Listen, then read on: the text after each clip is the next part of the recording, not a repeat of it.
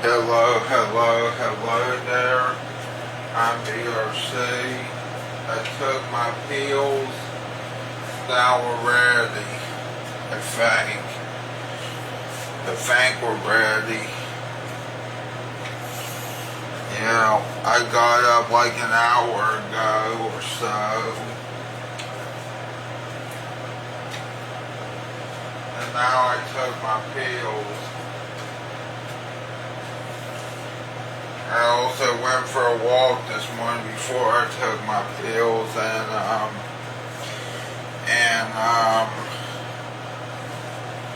trying to think here. Trying to desperately think here. Yeah, I went for a walk and then I got sick this morning. Good thing that was before I took my pills. Yeah, at first I was shit, which is not good. Then I was puking. And then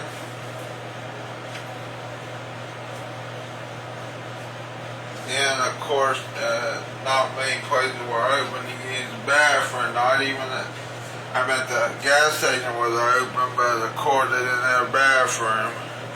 So what did I do? Wait until I got here trying to hold my shit, together. Yeah. It's not good, to hold your shit in. I have to tell you this. I'm doing okay now, I think. Now I think it's just shit. And not right now, of course,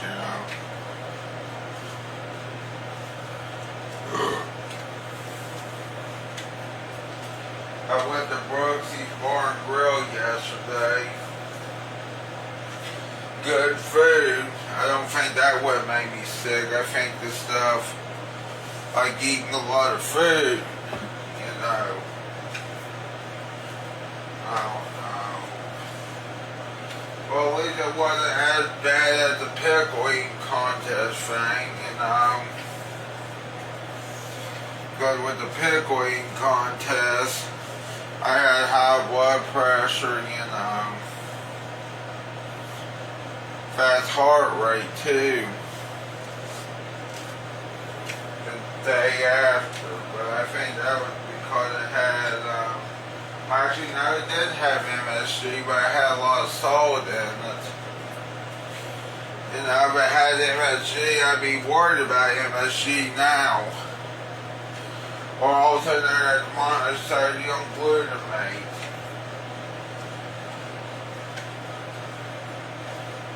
I mean, there were two MSGs. The one MSG is the food additive. The other one's an arena called Madison Square Garden. MSG. At MSG.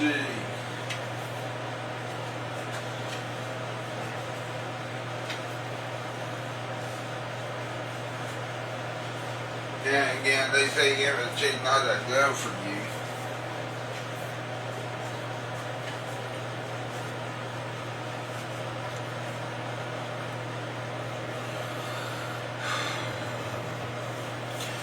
This morning I was listening to, 98.7 The Mountain this morning.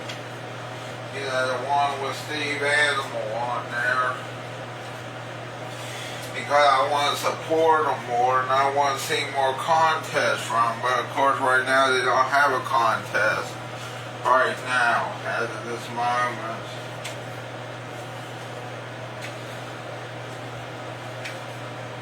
Look, I already won for OSMOSIS, so why do you want to win another contest? Because this is 98.7 amount, not OSMOSIS 97.5. Around here.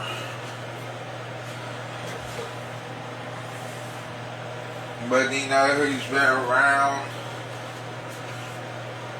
since I was a kid? There was 98.7 amount, there was 97.5 OSMOSIS. That I remember first listening to. The second radio station I ever listened to, I think, was Rock 105. I remember the first and the second radio contest, the first and second radio station I ever listened to. First one was ABCV, the next one was Rock 105, if I remember right. Then it just, here recently, like a few years ago, I had a mission to win a radio contest. At first I wasn't doing good with radio contests. And then I made a deal with God, not the devil, not whoever's in charge of purgatory, you know, not with Jesus, but God. Even though Jesus is with God, you know, so I guess I did make a deal with Jesus too. Yeah, I made a deal with God, and this monotheistic, I guess God said win radio contest and eating contest. Well, so far I won more radio contests than eating contests, but still, this is good. At least I didn't make a deal with the devil. You know, that would have been bad. You know, actually that one just interesting because I just say that I just made a deal with God, so it's not really true. But I got smarter. Than the average bear, you know. I got smarter than the average bear. The average bear that sells your picnic baskets. Yeah.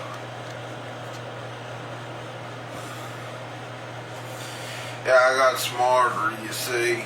And also got smarter at the color number whatever contest too. With Rock 105, you know.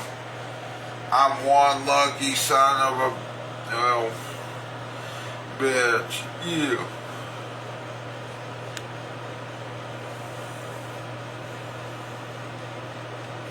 You.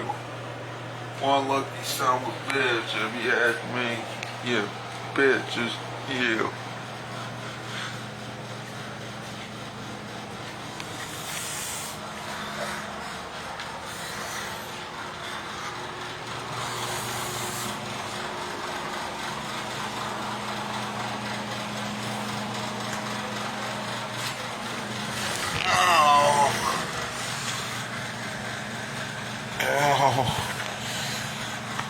So let's watch some TV now.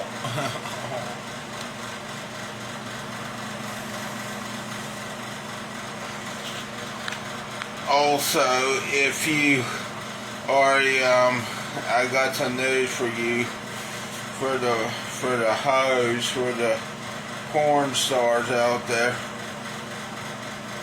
So,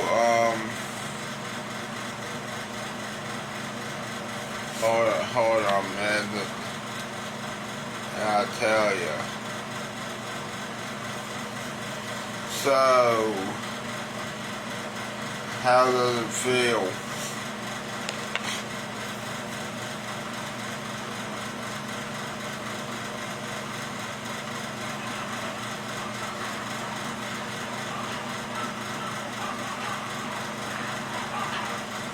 Gilded Age balls and dinner parties were out. During the Gilded Age, balls and dinner parties were out of this world. One evening's festivities could cost up to $10 million in today's money. Now this was, of course, for the privileged very, very few, of which I am not one of them, but that doesn't mean that I can't eat like one of them, as I make this Macedonia fruit in champagne jelly. So thank you to Braza for sponsoring this video as we dine like the filthy rich during Gilded Age. This time on Tasting History.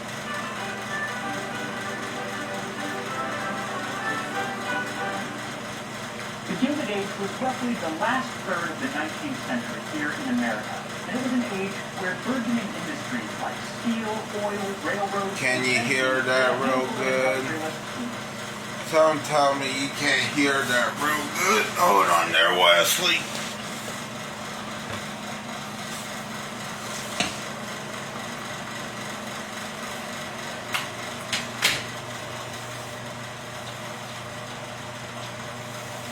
Wildly welcome.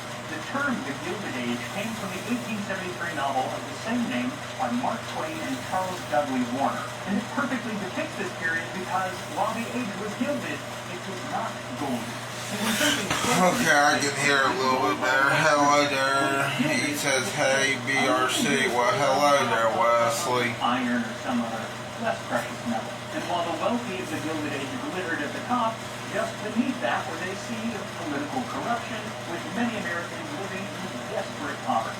And perhaps nothing illustrates this dichotomy more than the grand... How was the restaurant yesterday? Where the wealthiest and the poorest... It was good. It was pretty good. Maybe watch the video. The restaurant known as Brookse'S Bar and Grill was amazing. Loved their pickle fries and loved their barbecue pulled pork sandwich. Where on January 23rd, 1888, 200 guests of Mrs. Cornelius Vanderbilt dined on this rather modest menu with only 22 dishes. Modest because some dinner menus from this period have up to 60 dishes being served, but this was actually... Thank you, WQBE, for the gift certificate. You didn't want to stuff yourself too much. One of the last dishes mentioned on this menu was a gelée macédoine or soup. This is made with any kind of jelly. However, jelly made with champagne or sherry was preferable. Any of the delicate fruits of the season, such I'm going to take my shirt off strawberries, raspberries, mulberries, currants on their stems, while laying down. That feels so much better with the fan on my body. Yeah. BRC is awesome. Yeah, I am awesome because I took my shirt off and you can't see me like John Cena. So, I guess. I mean, you can literally see me. It's just, you know, I'm just acting like John Cena right now. All you see is this cook or chef. I think he's more of a cook. I don't know. Who the hell knows? 3/4 of a cup or 175 milliliters of cold water, and 3/4 of a cup or 150 grams of sugar. And then you'll need a few different fruits. I'm using grapes, mandarin oranges, raspberries, and blueberries. I'm not simply a fan of gelatin, but I am a fan of fruit, especially at the end of a really heavy meal. I got sick this morning. The dishes included things like chicken stuffed with truffles, lobster, and shit. Their TV is going bad, you know. And there was also pate, I'm about to get a new TV. Chicken and veal sweetbreads. There were a lot of fried foods at these late night suppers, often taking place after midnight, and that's just tell. They really enjoyed their deep fried foods at the time, which means wonderful Gilded Age chefs would have really... I may have to go to the living room TV. This olive oil is specifically made for high heat cooking, whether that be for baking, or grilling, or frying, and it has a high smoke point of 490 degrees Fahrenheit, so it can really swap out for any of your other high heat cooking oils, like vegetable oil or crude oil. And it's just one of the 3 olive oils in the Brookse'S trio. The other are sizzle, which is great for sautéing or other everyday cooking, and then drizzle, which is a finishing oil, and is meant to be used uncooked, so it is perfect for dipping bread, which is one of my favorite ways to have olive oil. All of Brookse'S olive oils are made from single origin olives from the high-end region in Spain, and they come in these wonderful opaque squeeze bottles. They're great because squeezing, drizzling, so much easier, and look flare when you're cooking, but also the fact that they are opaque means that no sunlight is going to them, and sunlight is a great enemy of olive oil. So, like sunscreen for your oil. And right now, when you use my link in the description or scan this QR code and use my code MAX10, you'll get 10% off of an order. Okay, I told him, you know what is the wrong, the electronic and so I went bad. 10% off when you use my code MAX10. And now, to make our champagne... Oh, they can fix it? I need to go over there. I don't know. How can they fix it? If I couldn't fix a TV like that Add the sugar to it, stir it up, anymore. And bring it to It probably is fried back there. I don't know. And as it cools, set the bowl of gelatin in a larger bowl of hot water, and in a minute or two it should liquefy. Then you can pour that into the champagne. You know what I wish? I wish there was like, make it look like an older TV. You know, I wish they made, but of course then way heavier, I think. Jelly bags are necessary if you have They fixed mine. I had the same issue. I need to go. Where's Sedaros? You need a jelly bag to get a perfectly clear jelly. Then once it's strained, you can set it aside to let it come to room temperature while you I got a paperwork clipboard right here. Here, I'll show you. I got it right. Okay. So for Macedon, in a great ball, they sometimes had molds that were 2 and 3 feet high, just massive things. I've seen those molds, but I've never seen one for sale, so I've never gotten one. Someday. But for now, I'm going to just use a couple smaller ones that I have and hopefully set one on top of the other. Next to the Charleston Manor Brewery. Okay, so there You can use a modern gelatin mold or just a bundt pan will work. Oh, okay. A bowl, because sometimes they may be cylindrical. Whatever you do use, rinse it with cold water and then don't let it dry. Instead, set some fruit at the bottom, and the idea is to have it look pretty, so you want different colors and to have things placed perfectly, so it's visually... Okay, I'm writing it down. Okay, so there's... Because a lot of fruit will float, and so it'll kind of move if you add too much gelatin. There were points where I did this. So, Fruit happening by putting the fruit in, adding the jelly, and then waiting for it to set. That's interesting. Maybe 10 or 15 minutes, and then adding more fruit in, adding more gelatin, and kind of build up layers. Adding more Once all your gelatin, fruit and gelatin is added, you'll want to put this in the refrigerator for at least 8 hours until it is nice and firm. And that is kind of what makes these dishes so expensive during the Gilded Age, because funny thing is, I don't like gelatin. Ice around the mold. Fucking jiggly stuff. Expensive and usually not that large. They'll even show you what was wrong with it after they have fixed it. That's nice. Someone that cares. Even during the summer, they do appear on some menus. So to be able to afford to make one of these dishes during the summer was a wonderful way to just show off your money. And that is what the Gilded Age was all about. Time for... Many Americans are deterred from entertaining because they think they cannot have company without a vulgar abundance, which is, of course, as expensive and troublesome as it is coarse and unrefined. That is from the So, do you like gelatin, Wesley? I mean, do you like Jell-O? Because when I eat gelatin, it has a weird texture. Even to this day, I think I still would like Jell-O. Unless it was the Jell-O pudding, but that's different, okay? Wait, when that inside of the TV, there's little beads that project the picture. When a couple go bad, then the TV will start going haywire. Uh-oh. That's not good. You find the okay, so there's a new TV or something. Once wrote, "But there are only about 400 people in fashionable New York society.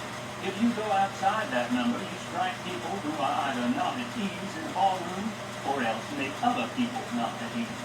He wrote a book about his thoughts on society in his heyday in New York, and in that he often talks about the balls and elaborate dinners that he went to, and would often include the full menu of what was served.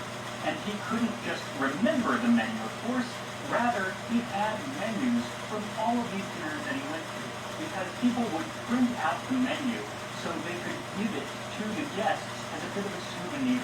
Typically, the menus were written in French because that was classy, and they could be served at either a private home or often a club or I also got another question for you. Typically fall into two categories. Who makes this dish that he's gonna make anymore? Like the one I mean, other than the jelly gelatin, I don't see this dish really. We don't really see this. I guess it was meant for its time. Just think of it this way: if you get a new TV, then you have to log in all over again. Damn it. Shit. Well, I guess I'll go sit there. No.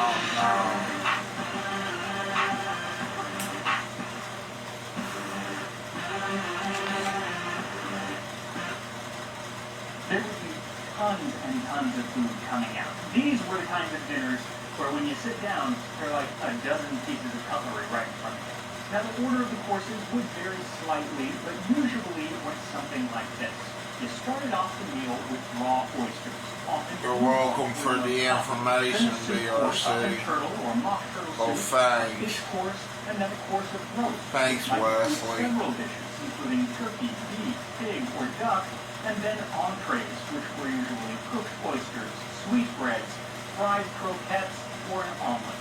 Then it's on to the game course, which could be birds like quail or pheasant or duck, along with venison or boar, all with accompanying sauces. And then to give the stomach a reprieve, a punch course would be served.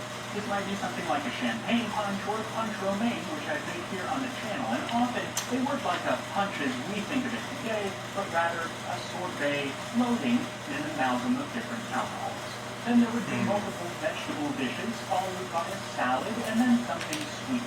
Rich plum puddings, mince pies, fruit cakes, and jellies like the Macedonian that we're making today. Then came ice cream, followed by fruit and nuts and coffee, and finally, as if anyone is in the mood for it, an entire course of cheese. And each course came with its own glass of wine, and then champagne or brandy at the end. Now, there are accounts of these dinners lasting 4 or 5 or even more hours, especially at gentlemen's clubs. But according to Mary at Henderson, they should wrap up a lot sooner than that because people will run out of conversation. The wages should be expeditious without seeming to be in a hurry. A dragging dinner is most tiresome.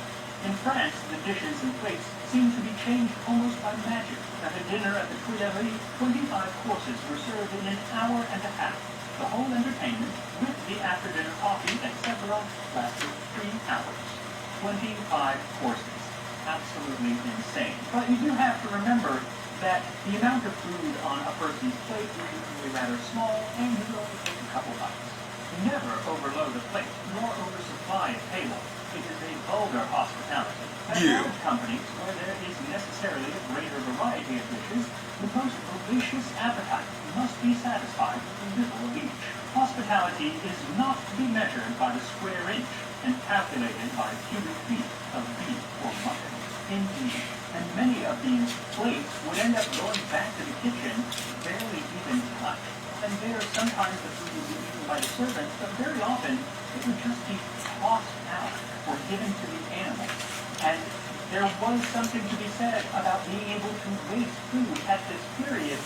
It was a sign that you could afford to do it. Now, as I mentioned, Lord McAllister and Carolyn Astor were the gatekeepers of society during this period, the mean girls of New York during the Gilded Age.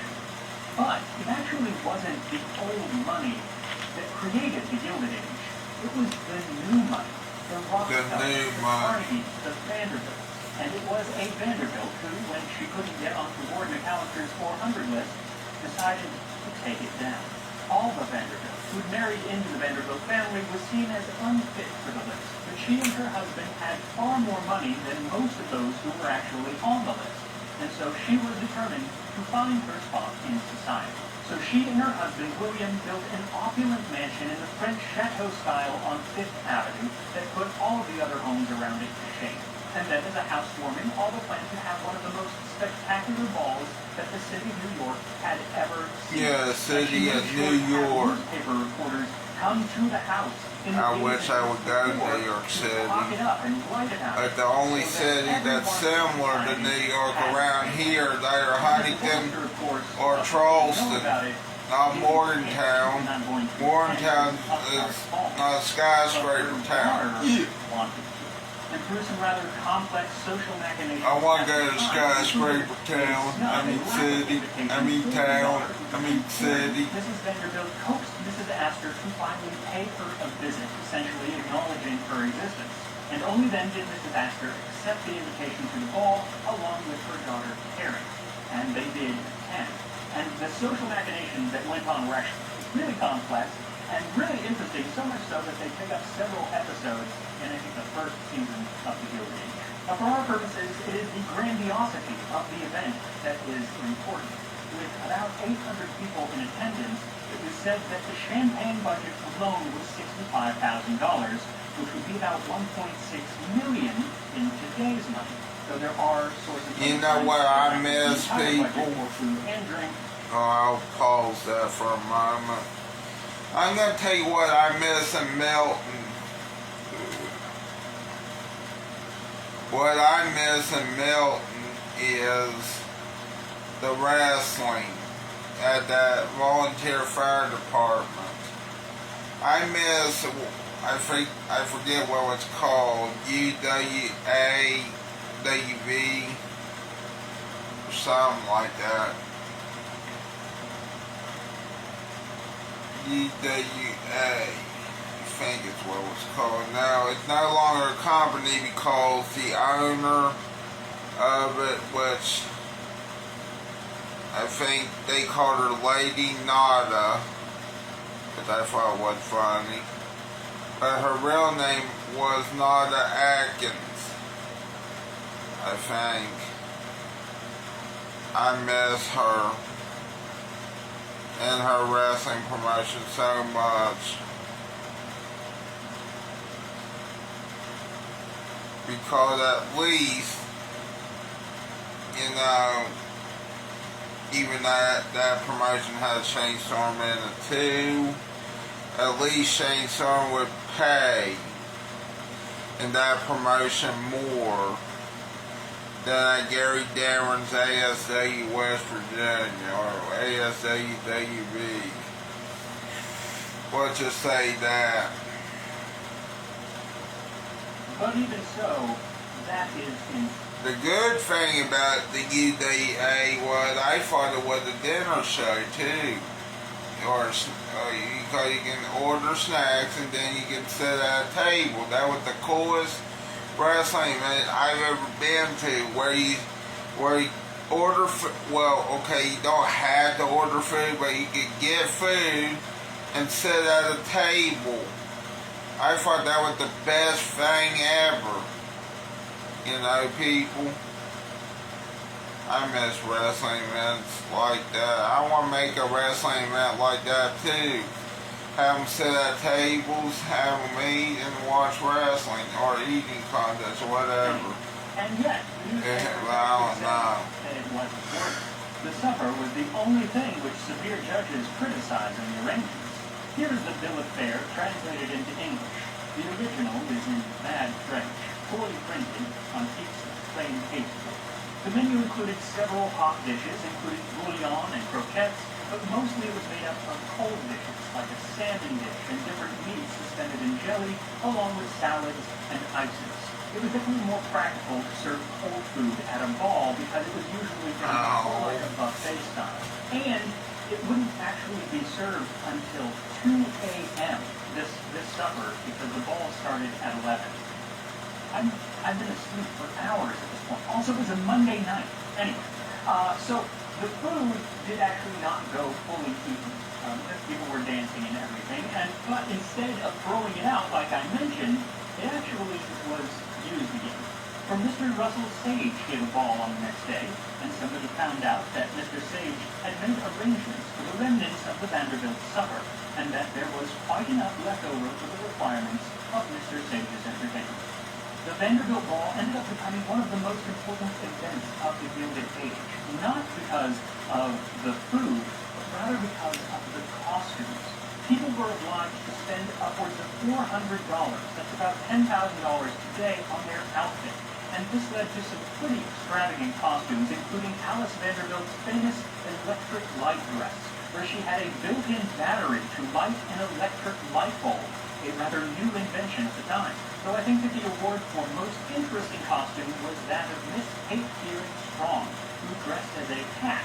But in a bit of a Cruella de Vil twist, the costume was made with a taxidermied cat on her head and 7 cattails sewn into the skirt. It was also an important fall because in some ways it busted open the 400 list and finally allowed old money and new money to mingle. A bit of equality, provided you were filthy, filthy rich. And this was something that was criticized by the newspapers of the time because it was said that the ball cost about $250,000, which would be $8 to $9 million today for one party. The Vanderbilt Ball was a very expensive entertainment, given to people who are just as much tired and worn out by entertaining as by being entertained. Old, sober-minded men ask themselves whether it is advisable to make such a display of wealth and luxurious living at a time when the working classes are in a state of serious fermentation all over the world. Some kind-minded persons argue that entertainments of this kind are both charitable and patriotic, where they cause money to circulate and give work to those whose lot it is toil. This is sentimental rubbish. The needy American working man and working woman do not make a cent by the importation of works of dresses, the purchase of new diamonds at Tiffany's, or the resetting of old family jewels. The royalty and nobility of the old world had a principle, a tradition to support. In this case, there is no motive of this kind. The festivity represents nothing but the accumulation of immense masses of money by the few out of the labor of the many. That was written 150 years ago, but I kind of feel like it could have been written today. What probably wouldn't have been written today is a menu for a supper of 20 different dishes, including a macédoine of fruits and champagne jelly. So just before you're ready to serve it, dip the mold into some hot water for just a few seconds to loosen it, and then carefully but quickly turn it out onto a plate.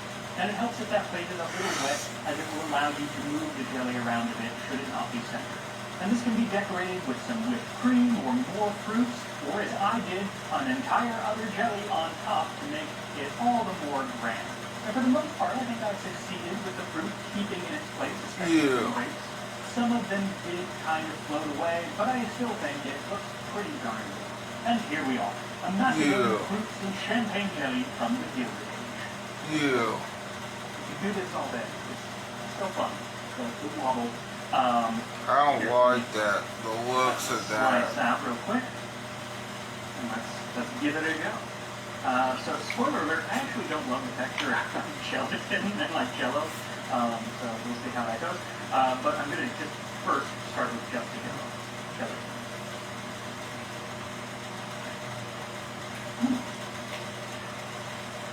That really tastes like champagne. That is quite boozy. It's also really nice and light. I gelatin too. That's a perfect amount of gelatin. It holds together, but it's not rubbery at all. Okay, good. With a grape, I can skewer a grape. Okay, with an orange.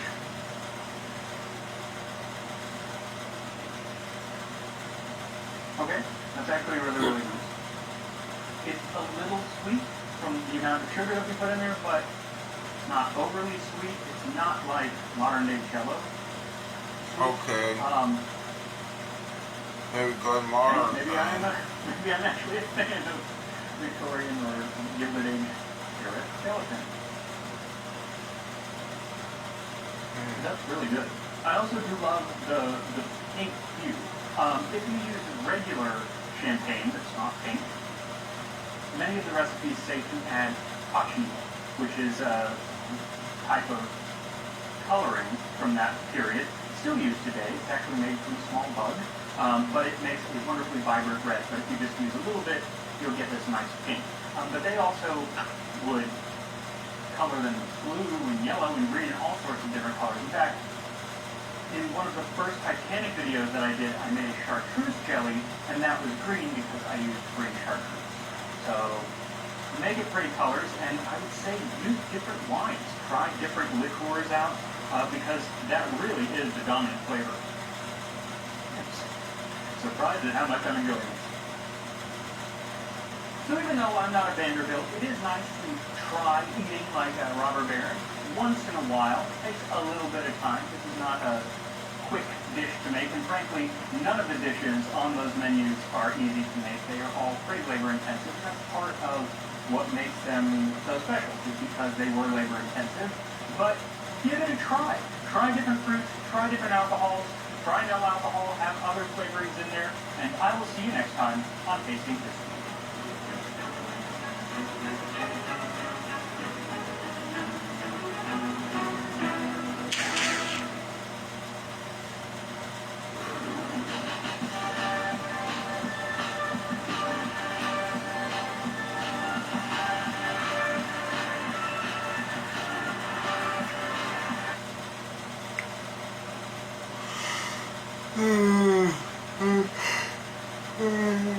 Oh,